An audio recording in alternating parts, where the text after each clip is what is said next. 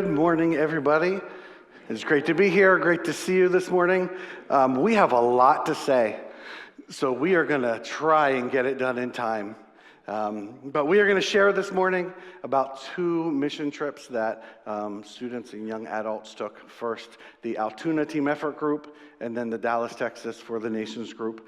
Real quick before we get started, for those watching on live stream today, we are going to be seeing some images on the screen here in the room that you are not going to be seeing on the live stream. It's important in some of the pictures of kids that we're going to be showing in the second group that their identities aren't broadcast anywhere for their production. If you've seen some of our pictures we've maybe posted on social media, we've put like smiley face emojis over certain kids' faces depending where they came to the U.S. from. We thought we'd let you see their faces today in the room, but that means that we can't show them on the internet. So those watching on live stream, you're going to hear us maybe talking about pictures, but you won't be able to see them. And of course, if you're in the room, please don't take any pictures or anything of the images of kids on the screen. So I'm going to turn it over to Pastor Jim, and he's going to talk about the team effort trip first. Is it working? Yes. All right, first an explanation. Why are there two mission trips this year? Because there's never two mission trips. And the reason is pretty simple, okay? The larger group, which went to Dallas, Texas, you had to be, I think it was 15 or older. Yeah, okay. And of course, we have many kids that are in Unite that are younger than that. So last year when Matt was planning this, we got talking. We said, we'll do something for some of the younger kids too. And this we did with Team Effort, the group we've done many other trips with. So our first picture up here is of the group of kids who went with us. And you can see we had five boys. That's just the way it worked out. By the way, I'm the middle school boys volunteer leader in Unite, so I guess that makes some sense. And of course, Dave Perry, who'll be with us in the later service, came along.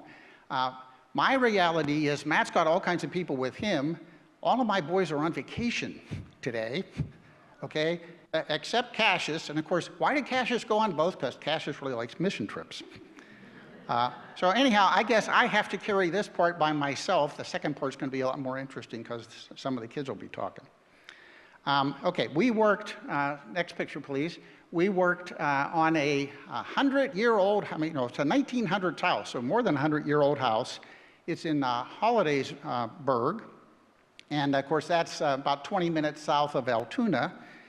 Misty is the homeowner. She is a third grade teacher there, also a single mom. And the house is a fantastic house, needs an awful lot of tender, loving care.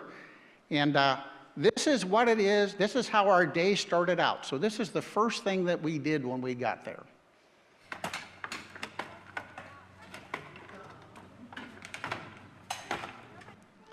Okay. Tearing the fence down happened in a matter of an hour, hour and a half, okay? And so it went pretty quick. So the lesson that we learned from that was it's easy to tear things down. It took days to build something else back up. Well, the other thing that was interesting, when we arrived at the site, we found out we would not be working by ourselves. So we met these other people. And these are people from Grace Fellowship Church. It's Tori, Kylie, Isaiah, Rudy, Ethan, and Stella. Their leaders were Matt and Tracy, whose parents have a couple of those kids. And as anybody who's done mission trips knows, sometimes working with other groups goes great, and sometimes it's a disaster. These two groups, it's like as if they've been together forever. From day one, they did everything very well together. So of course, after you tear the fence down, you got to get materials, so that's our next picture. And there is Rudy from the other group, and of course Cassius, and you can see we're unloading materials from a truck to get ready. And of course, if you're going to rebuild a fence, what do you have to do? Dig fence post. Whoopsies, I put it all back in the hole.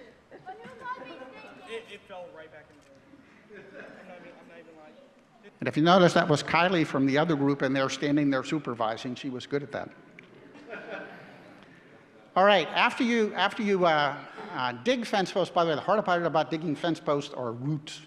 There were tree roots, and we're using chainsaws and sawzalls and everything else to cut up roots. All right, then you have to mix mortar to put the post into the holes. So that's what's going on in this picture. And you can see it's Sammy and Liam there working on mixing mortar. But they became the expert mortar mixers after the adults showed them how to do like the first 1 or 2 batches. All the other dozens of batches they did by themselves. And then, of course, after you do all of that, you got to pour the mortar around the post into the holes. And you can see it always took a big group of people to do anything. All right.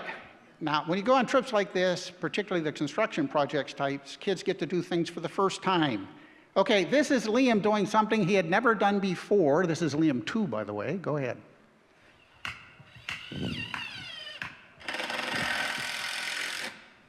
Okay, Liam learned how to use a screw gun, and that night, well, I see it was Thursday night, he actually won an award at chapel, and we go to the next picture. They do the Nailed It Award. Okay, that's the camper, okay, or the person on the trip that did the best job. By the way, he put more screws in the fence than everybody else put together. I mean, that nail gun became married with him throughout the rest of the week. Now, the interesting thing with doing a project like this was a pretty big fence. It was well over 100 feet long.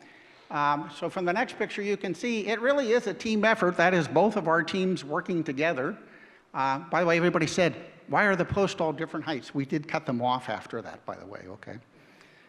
And then the next picture shows the most interesting thing that happened during the week. This is Devin. Cassius, who's Devin? Yeah, this is the homeowner's son. Okay, it turns out he's 14 years old. He was a bit shy at the beginning of the week. By the middle of the week, he's out there working right along with the rest of us. And it actually went so well, and we got to know his mother so well, he just actually hung out with us the rest of the week. We'll talk more about that in a moment. Of course, when a project's done, it's never really done until you've done what? The cleanup. Okay, so here we are. We're doing some the landscaping around the fence. And then after you do that, you have to do the real cleanup. So one more. Throwing the old fence in the dumpster, which was 20 minutes away, and it took 4 pickup loads.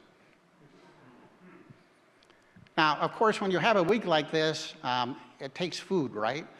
So I think we had the biggest pizzas ever made. That's this next picture. It only took two pizzas to feed all of us, and they still had pieces left over they took back with them, so it was great. And of course, on the team effort trips, and most of these, you have a fun day, so Friday is the fun day. So on Friday, we went to Del Grosso's water park, and as you can see, yes, there's our 5 boys, and yes, there's Devin too. He came along with us. By the way, the other youth group joined us as well. So what do you do at a water park? You have to have fun. So here's some of the fun.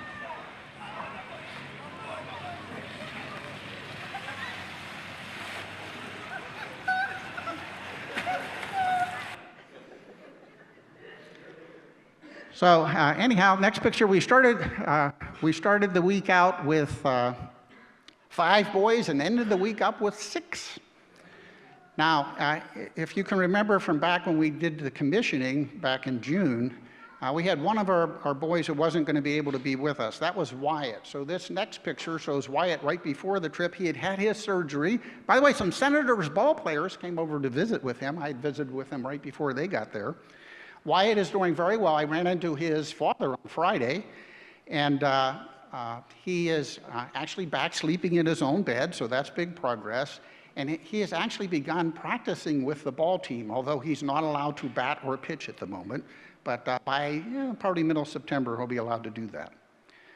So the truth of the matter is, the closing picture is it really is a team effort to do any of these kinds of things.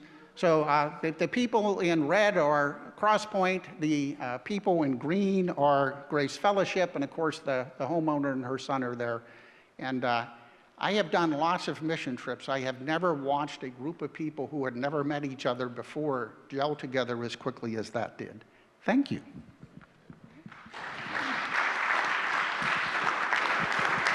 All right. Thank you, Jim. If you could hand that mic to Jen. She's going to be in charge of mics for the next group. Okay, so the second group that's going to talk, we have a lot of people who want to say something. I'm going to try, but the old preacher in me is, you give me a microphone and a group of people, gotta try and keep it down here. So I'm going to give you a quick overview, then I'm going to say what I want to say, and then this group of people are each going to come up and have 2 minutes-ish to say what they want to say about the trip. And Jen will keep you in order. She has the list and the mics. So this group, we did something very different. And we worked with refugee kids in Dallas, Texas, which is a big place in the U.S. where refugees resettle. So a little bit of clarification, because people get confused or don't know the difference between like immigrants and refugees. Two completely different groups of people, two completely different like buckets of people. So refugees who we worked with have been through a long process, and all of them are in the United States legally, settled residents. Eventually they go through a process to become citizens, but they're all legally in the U.S. All the kids we worked with, all their parents. They've gone through a long process that started in whatever country they had to flee from, ended in a second country for a very long time, and then a very select few, honestly, ever make it out of a refugee camp to a final destination country. Like 3 to 5% ever make it from a refugee camp to an actual third country, they call it, which is their settled country. So that small percentage of people, the kids that we were working with. So I'm going to walk you really quick through a day, and then we'll go from there. So our days started around 7 a.m.-ish, where we had to put away all of our stuff. So we slept on the floors of classrooms that we were then using during the day. So every morning, everybody had to get up, deflate their air mattresses, get all their stuff back in their suitcase, put it, along with their phone for the day, into storage that we locked up. And some were up a little earlier. Julie and Jen and Chris and myself and sometimes a student helper were up earlier actually making breakfast so that we could eat. And then 8 o'clock, a little after 8 o'clock, the staff of For the Nations, the organization that we worked with, came. We had a quick staff meeting, and then first group of kids started arriving by 8:30. So we had 300 kids in the morning and 300 kids in the afternoon. And they were split up by age groups and things like that, and then we were all scattered with different teachers in different age groups. So we had our first group of kids for the morning, and we would do reading in English, and there would be singing time as the whole group. And then 2 days we did math. The other 2 days we would do an elective that they had chosen that they were working on through the summer. So it's like African dance and taekwondo and coding and art, and other ones maybe they'll tell you about if they remember. And we do all of that. Then there's recess time, then there's Bible lesson time, and then the chaos of getting those 300 kids on whatever bus to whatever apartment complex or into a parent's car or a parent that was walking there. It was absolute, somewhat organized, but not really chaos. And then we would have like 20 minutes to eat lunch because the next group of kids was going to be there, and we do the whole thing all over again with another 300 kids in the afternoon. And then right after that, we would quickly change and go to an apartment complex nearby to do swimming lessons. So all of the apartment complexes in the area that house refugee families all have a pool, but those pools aren't staffed. There's no lifeguard. It's swimming at your own risk. And the kids come from countries where they don't teach all the kids how to swim like we generally do here. So every year there's drownings of refugee kids in apartment complex pools. And so one thing that we do every day is go and teach swimming lessons. So we'd each be in the pool with a kid, and then there's an instructor, and we were helping them do whatever the instructor said. So we did that until we'd get back at dinner time and eat dinner and have a little meeting and be exhausted and have to reset up all of our bed and get our clothes out of storage and shower and all of that just to do it all again the next day. The last day on Friday is field trip day, and we got to take about 200 of the kids excuse me, about 200 of the kids to a big swimming pool nearby that had slides and stuff, and each of us had 2 to 4 kids, kind of just depending, 2 to 4 kids that we were responsible for the day at the pool then. lunch and bathroom breaks and keeping them alive in the water because most of them didn't know how to swim and all those kinds of things. So it was very, very, very, very busy. And then, as you heard, we didn't quite make it home on time. We won't really get into that, but because we're going to run out of time. Okay, so here's what I want to say, and then we're going to turn it over, and Jen's going to start, and then we'll go from there. So in the morning, I was with Yellow 2, which means nothing to you, but to us it means first and second graders, 6 and 7-year-olds. They were wonderful. I had a great table that I was with, and basically we taught for the day. So the teacher of the class would give us the material, and then we had 4 or 5 kids, and we had to teach that material to the day. That group, most of my kids in that group were first-generation Americans, so their parents were the refugees, but they were born in the United States, so that wasn't quite so hard. Great group, loved that group.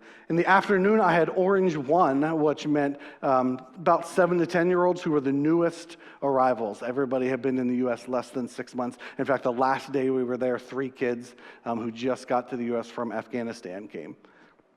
So that was really hard because the kids don't know that much English anyway, and we're really starting with rudimentary things like the and in and on, and like sounding out 2 and 3 letter words, which was exhaustingly hard. Great group of kids, but that was really hard to do. But what I want to share about is actually a kid that I spent just a little bit of time with. On Thursday elective, somehow I got stuck in the Taekwondo class.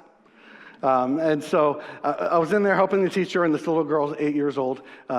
She got kicked in the head. So the last part of class, I sat with her, got some ice, and that. And then we went out to recess, and her class happened to be going out to recess as well. So at recess, I sat at a picnic table where I could see like the Gaga pit and the soccer field and the basketball court, make sure no one was killing themselves. And she sat beside me because, she didn't feel good. She got hit in the head. So I was talking with her, and her name, I'm going to say that her name is May. It was May and then like 14 other letters, and I have no idea what she said when she pronounced it for me, so we'll just use that for short. And we were talking, so she's 8 years old, and she's from the country of Eritrea, which is a tiny little country in Africa.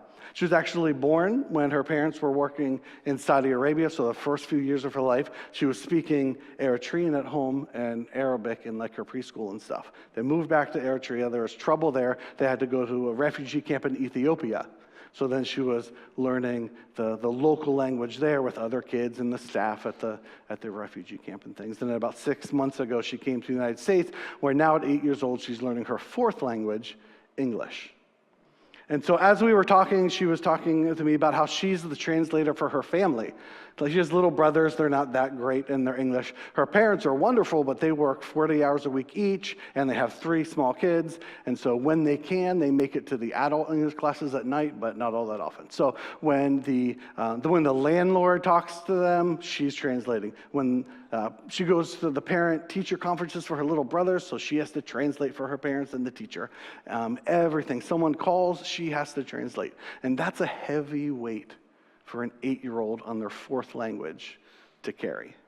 And we were talking about it, and she said, sometimes kids at school, laugh at me or whatever when I don't know the right word or I say something wrong, and okay, I can see that with kids. And then she said, the other day at the grocery store, I was trying to translate between the cashier and my mom, and I didn't know, it was getting confusing, I didn't know the right words and all of that, and this white lady, her words, not mine, this white lady behind us in line snapped at me and yelled at us and complained, and I didn't know the right English and said all these mean things. I could see the look on her face not be that great. And so I just put my hand on hers and I said, I am old. You can see the white hair underneath my hat. I am old. I've spoke English for a really long time, and I think you're doing a great job. We've been talking for like an hour, and I have no problem understanding anything that you're saying. I'm very proud of you.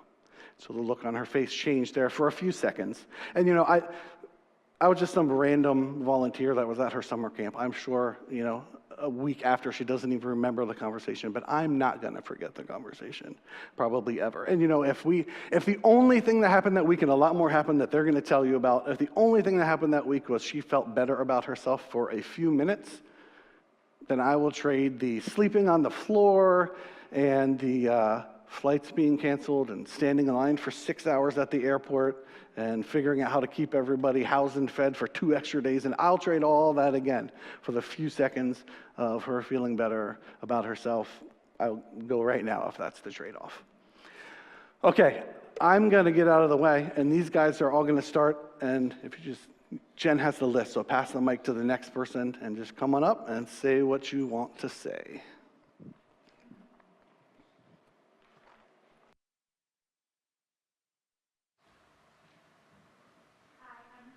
Am I on?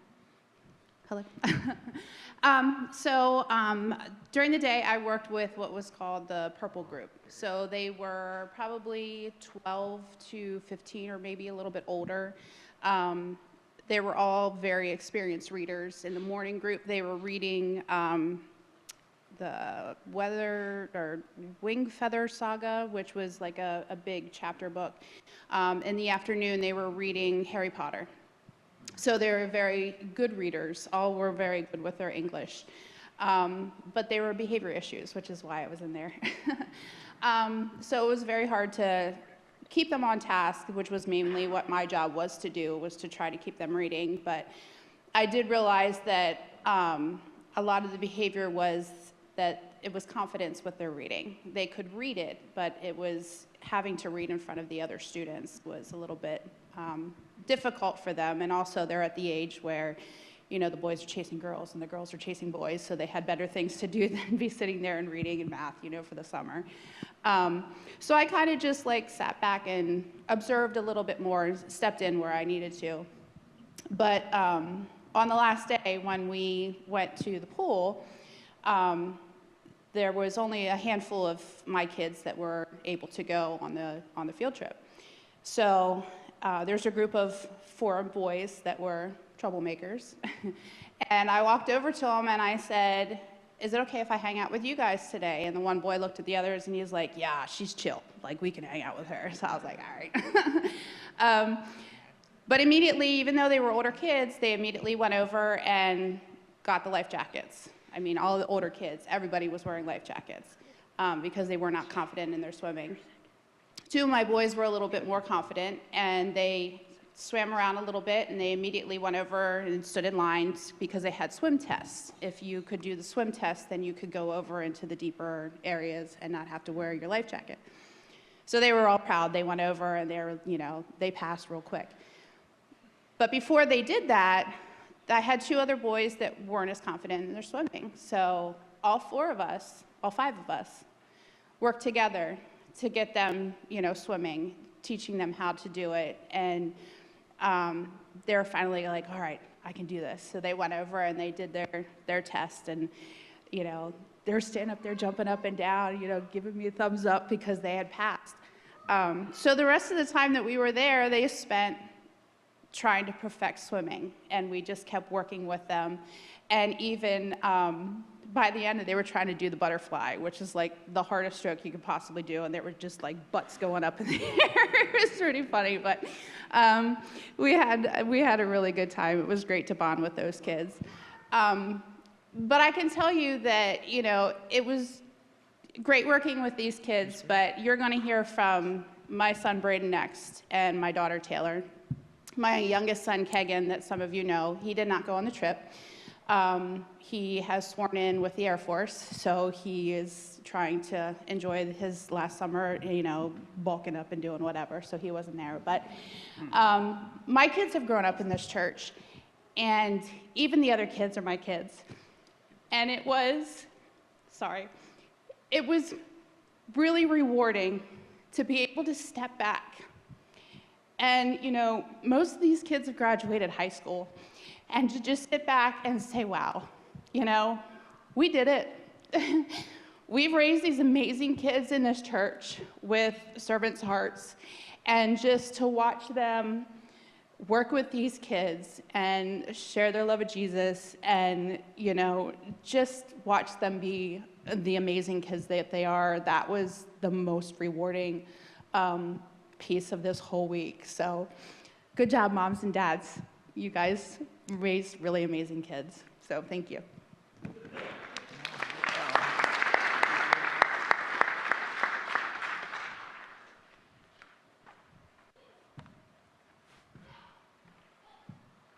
My name's Braden. I'm Jen's son.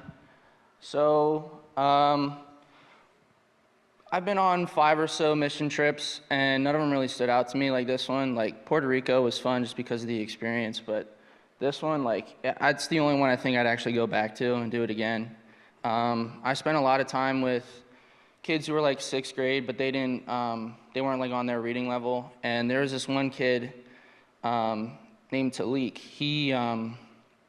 He reminded me exactly of like my 2 friends because they came from the same place in high school. They all both came from Kenya, and like they were the same exact people. Like the kids that I knew in high school, Talik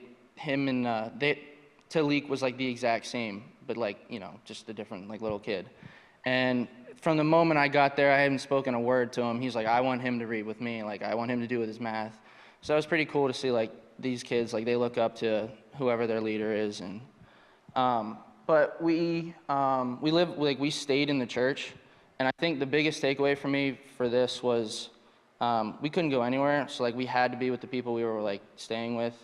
So I got to like talk to new people like Abby. I got to know her really well, and it was just cool seeing how we all had these like little groups for the past couple years. And in the youth group, like me and Austin, like we'd always play basketball. We'd always have like all the girls would hang out and talk to each other. And on this mission trip, everyone talked to each other, and we all got to know each other really well, and it was awesome.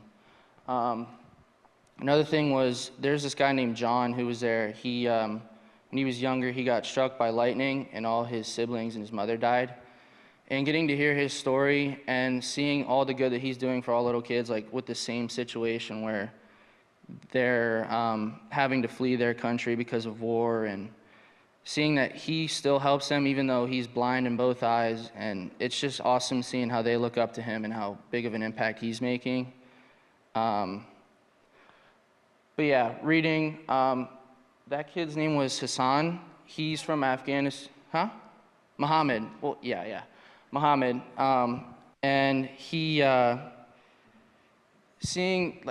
we were told that his family's very, They're very strict with their religion, so I think they're Muslim. And his little sister, she'd love to do all the songs and all the worship, but Muhammad wouldn't let them because of their religion and their dad being so strict. And the amount of worship that they do and Bible study, it was actually cool to see the end of the week he was doing all the stuff too. So instead of keeping his sister from doing all the worship, he was doing it with her.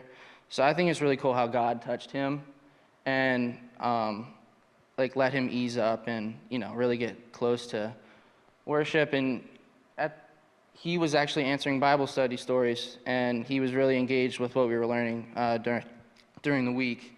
And it was just really cool seeing how God touched him and all the other little kids who were worshiping, and it was pretty cool.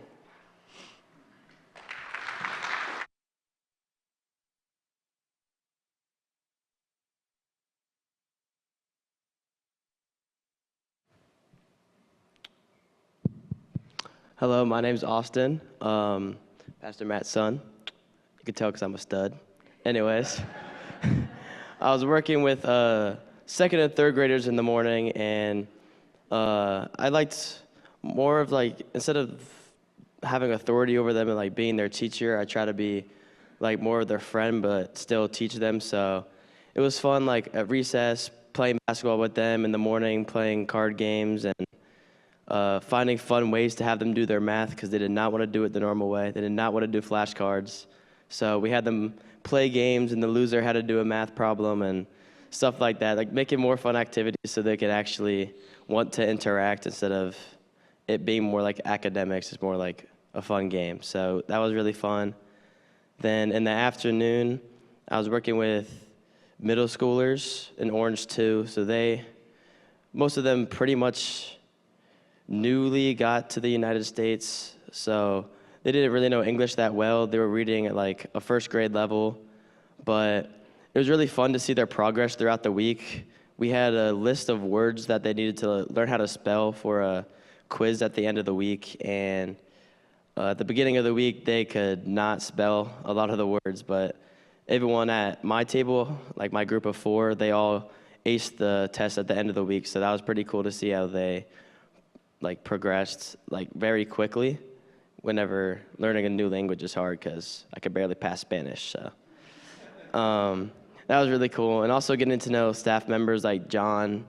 For an elective day, I went to the ukulele class, and it was pretty fun to learn an instrument from him, especially because he's blind. So like the fact that he knows how to play like 7 different instruments is just insane. And then one day when he was telling us his story, he performed some music after, and it was beautiful. We were all tearing up. It was amazing. So that's all I got.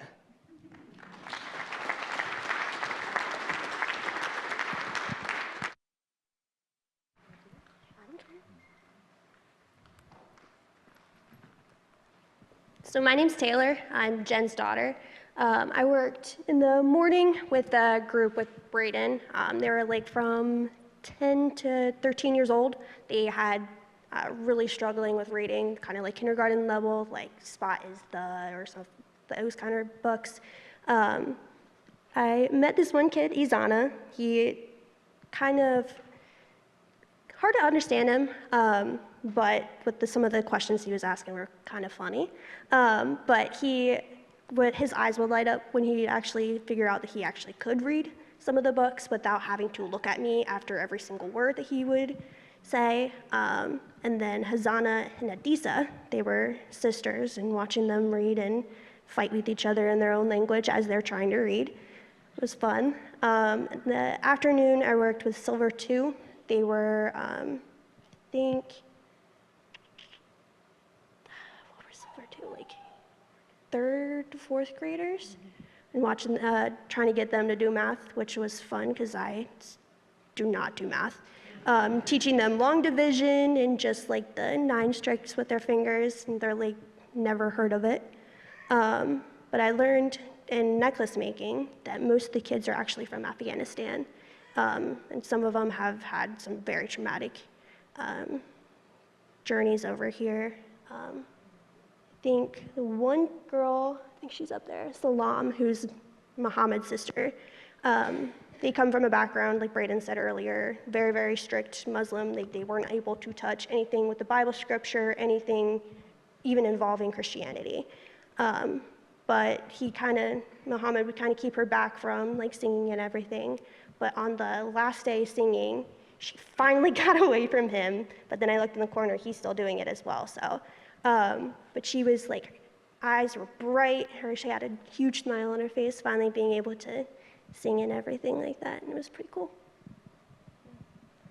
Hi, I'm Maddie, Pastor Matt's daughter, the favorite. Thanks. So in the morning, I worked with Yellow 2. They were younger kids, typically like 1st and 2nd grade. And I was very impressed with like their English and how they adapted to the community. It was very impressive, the way they handled things, the way they understood like what we were saying. I was just really impressed with like overall how they were communicating. It was amazing to see their progress and their desire to learn. I was just so impressed with them. Like, they do math better than me. I'm good at math. I like to think I'm good at math, at least. And like, I had to think for some of the problems, and they got it quick. And I was like, sure. Yeah. I'm like so impressed with them. All of them were so sweet. I loved being able to learn about their stories. It definitely gave me new perspectives on life and how like our lives are like, we think that our lives are difficult, but when you like try to think of their stories, it's just like, wow, that's hard. So I felt like it was a good opportunity to see that and learn their stories. And later in the day, I worked with Orange 2. And that was way different than like the little ones. I forget what age group Orange 2 was, but they were kind of like 5th graders, I believe. And I noticed that the older kids struggle a little more than the younger kids. And it's kind of difficult to see that. Like, thinking like they're closer to my age, and you're moving from a different country and going to another place. You're new to the language, you're new to the people. It's scary. And I was completely impressed about how passionate they were about learning new things and how they really wanted to learn. And I was just proud of them the entire time. Teaching English, and that subject was a little hard to get them to pronounce the and getting them to sound out things, but because at the beginning of the week they didn't understand anything. It was a struggle and it was challenging, and at the end of the week for that test that they did, they aced it, and I was so proud of them. I actually started crying. I was so proud of them. And same with math, they were brilliant. At first they didn't really understand, but they did so well. I was super impressed. And it just made me realize that overall programs like this are so important for kids.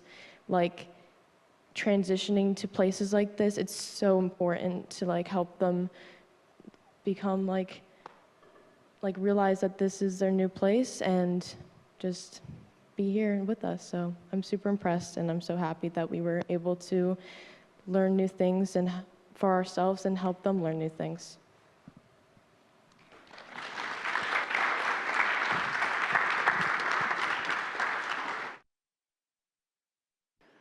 Okay, rest of the people, you have to talk really fast because we're out of time and we still have to do communion. So 1 minute total here, Cassius and Chris. Very, very short. All right, so as you know, my name's Cash, and obviously I can't talk a lot because we're running out of time, but I think I'm just gonna say my favorite part. There was this one kid named Eo, and I don't know how he was feeling at home or anything, but every time he got there, he immediately ran to me. And when we were singing, he would always hold on to my hand and everything. And I felt like I was a part of his family, I was his big brother or something. And the only reason why I also felt like that is because I had to pick him up and carry him back to the room. But besides that, I felt blessed to go on that trip, and I was proud, and I would definitely do it again. My name is Chris.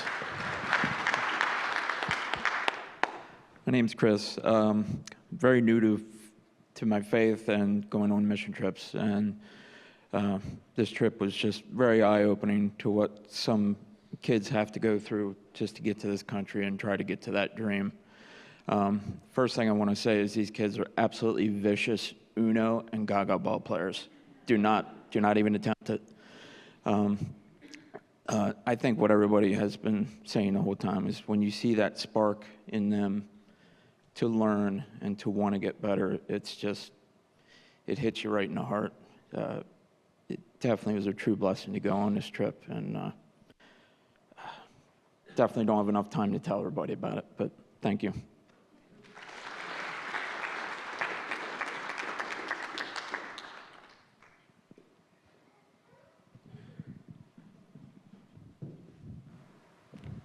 All right, I'm Julie. I'll keep it short and sweet.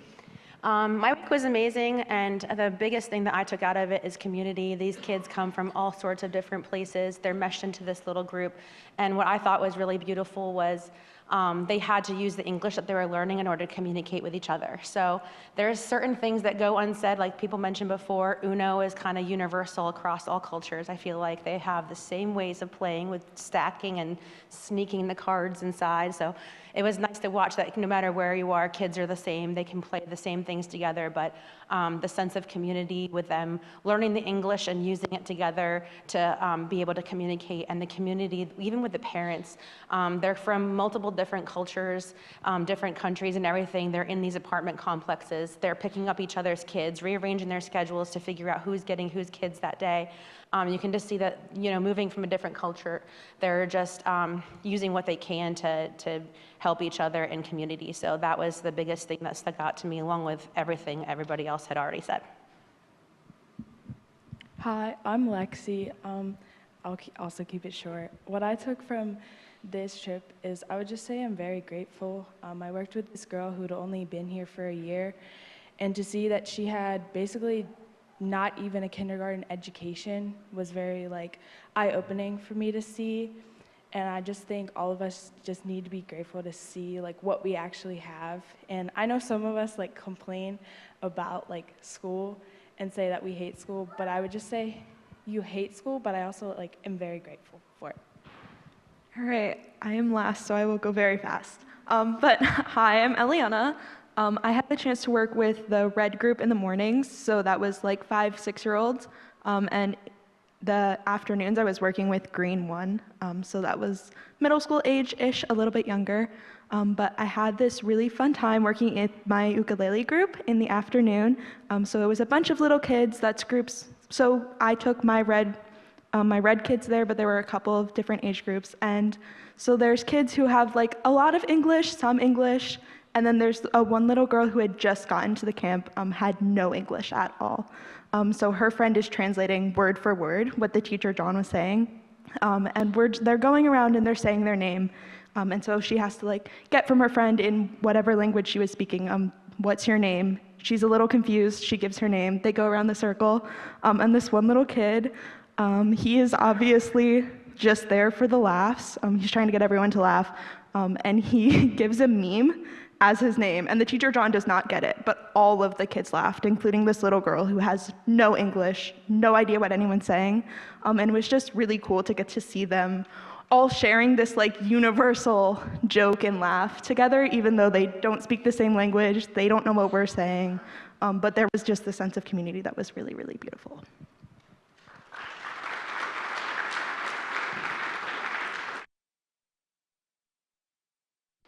So you see why it is so important. I can't tell you how significant it is to go on a mission trip and to have your faith challenged and tested and put into action in that way. And it's one of the reasons we do this at the middle school level, but it's also and the high school level. It's also the reason we got engaged and involved with Wild Hearts Ministry. If you have that date, that August 16th date written down somewhere, please make sure that you do that. I think your faith changes and goes to a new level when you engage in a mission trip adventure.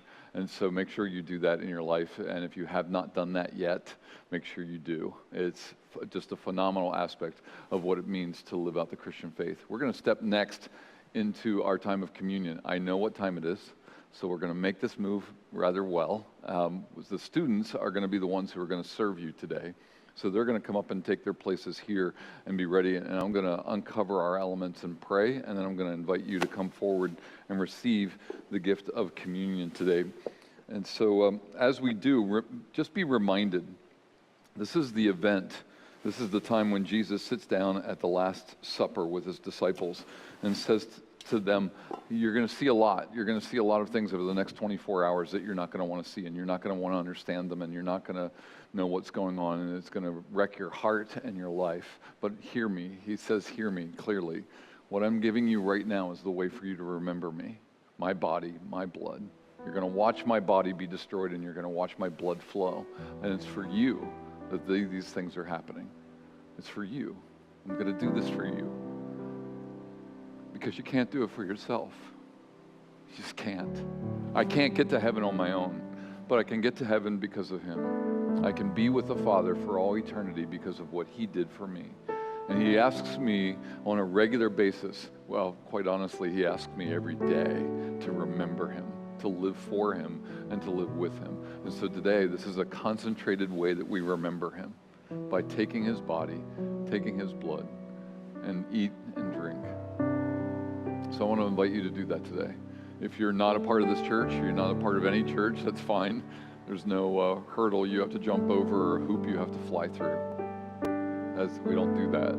Jesus set the table for every single person, so every person's invited. So I'm going to pray for our elements and then invite us to come forward. Heavenly Father, you are the one who set this table today. You are the one who gave us the gift of remembrance, that we would remember you today through these elements of bread and juice. Thank you.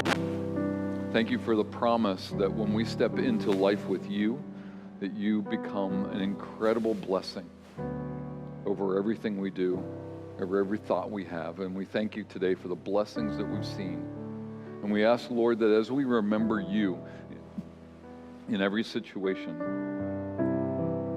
that we would bring you to bear into all the things that we do in our lives, that we would put you in the forefront of everything we do as we remember you today.